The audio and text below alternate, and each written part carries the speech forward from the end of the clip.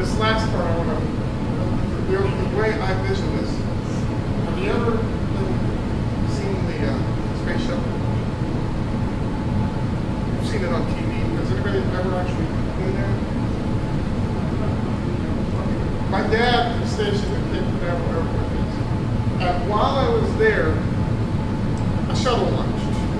I didn't actually get to go to the shuttle launch itself. But sitting in my front yard, you could see enough of it. Right? You could see the trail of the smoke coming out of the engine, the jet trail. And going up and up and up. And it kept going until suddenly there was nothing left. Just like vanished. And if you ever watch anybody watching the space shuttle, you know, even me, I was standing there like this the whole time, watching. And when it disappeared, I just kept watching. What was I looking for? I don't know, maybe before it called out. You know, God says, did I didn't fall, whatever goes up? Yeah, so I was like, it went up. It hasn't come back down yet. And everybody knew this law. Everybody in the first century, since the time began, you throw something up, it comes down. So I can imagine these people standing there. Jesus was just with them, and all of a sudden he starts levitating, like, you know, Chris Angel or something. Only better, because, you know, he has no strings, and he's out in the middle of nowhere, and he's going higher. So I'm like, whoa, I didn't know Jesus could fly. And he keeps going up. I don't know how high he went, but he kept going and going, and he's gone. So you have a whole bunch of people standing there. Probably some got their mouth open. Some people are, you know, just trying to figure it out. And nobody sees these two guys up here. They just suddenly are there. They may have come out of the woods or whatever. They may be angels. They may be something. Like, excuse me. Yeah, but why are you looking up? What? Why are you looking up? What do you mean? I think we got a lot of people standing around waiting for Jesus to do something. I think we got a lot of people standing around with their mouths open, eyes to the sky, trying to figure out, okay, Jesus, you said you're coming back October 21st. You're not here yet. Where are you? I'm just going to stand here and wait. And I think we got a lot of people just hanging around waiting for Jesus to automatically say, okay, I'm going to save your neighbor. All right, good. Oh yeah, I want you to talk to him. What? I want to reach this campus for Christ. Good. Jesus is like, I want to save people on this campus over here. I want to save people in this apartment complex over here. I want to do this in this place right over there. All right, God. Do it. I need you to go over there and talk to these people. What? I think that's a lot of the mentality of the people sitting in the pews of our church. I think that's a lot of mentality of some of the pastors in our church.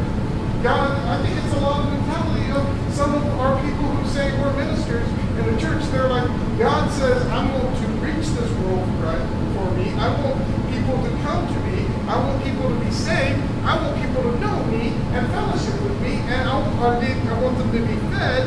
I want them to do these things. And the people of the church are sitting there like, all right, God, go ahead, do it.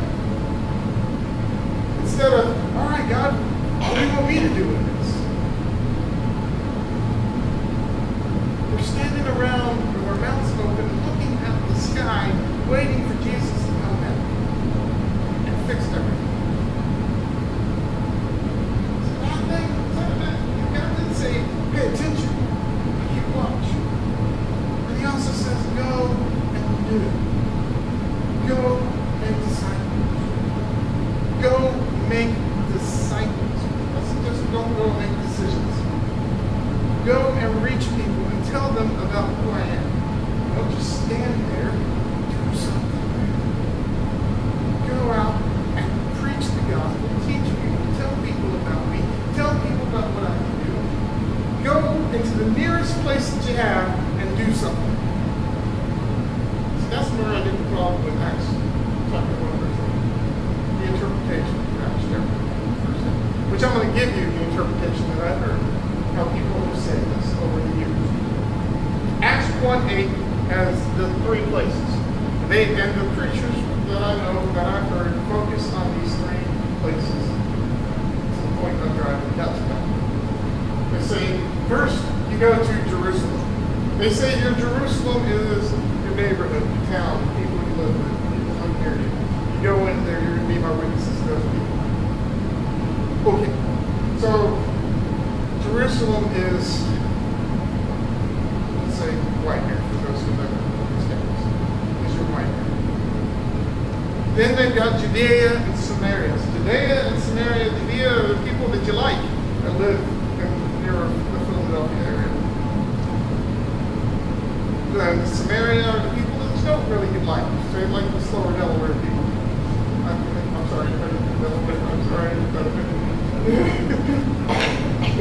Or the people that you don't like in those areas. You know, they're nearby. And then it says unto the ends of the earth. So you got your local, your national, and then your international missions right there, all in one shot. It's a good interpretation that you're supposed to think all of those places. I'm not saying there's anything wrong with that interpretation. I just think they spread it out a little too much. I think they overlooked the main point that Jesus was saying. Because he was saying that when you receive power in my name, when you become a Christian, when you become a follower of me, you're going to receive the Holy Spirit and you will be my witnesses. You have no choice. You call the name Christ, you put that on, you wear the Christian lapel pin, you put the bumper sticker on your truck, you are a witness for Christ. You go to a Bible study, you're a witness for Christ.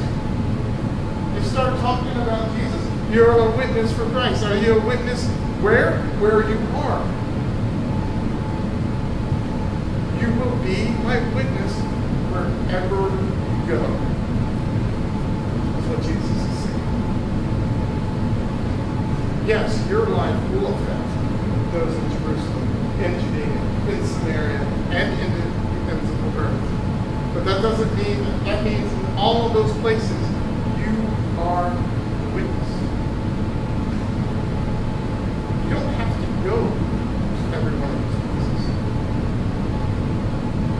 God's not telling you that you have to go to all the places. But he says when you do go, you want witness. Somebody will approach you down and say, well, can God call me to stay home? Well, if the people in your house aren't Christians, if the people in your home aren't believers, yeah, stay home. Witness for them. Tell them about Jesus. What, did God tell me I have to stay in my dorm room? Well, yeah, if the people in your dorm aren't believers, go to them. You don't have to go to Northern Ireland to do ministry. You don't have to go to Haiti to do ministry. You don't have to go to Hawaii to minister the gospel to you. Does God want you to? Maybe. Is that a good thing? A mission trip a good thing? Yes. Because they teach you on a foreign land how to do ministry. You're at home more often than you are in Hawaii. You're at home more often than you are in Haiti. Local missions, yes. Don't think that I'm only a missionary, I'm only a witness for Christ when I'm in a Christian witnessing atmosphere. Don't think that I'm only a witness for Christ when I want to be. Don't think that I'm only a witness for Christ when I'm doing a mission conference or a missions trip. This summer, wherever you go, you're a witness for Christ. School year, wherever you go, you're a witness for Christ. And wherever you work, you will be my witnesses. You're a witness for Christ. And I don't want to be one of these witnesses for Christ that's standing up and standing waiting for Jesus to do something.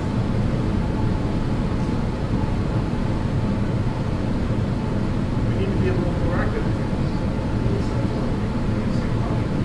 The Bible, I've said it before, and I remember telling myself I'd never say this, but I've said it, and I've repeated it, and I've said it about 1,000 times already, but you are the only Bible people are ever going to read. You're the only Jesus people are ever going to see.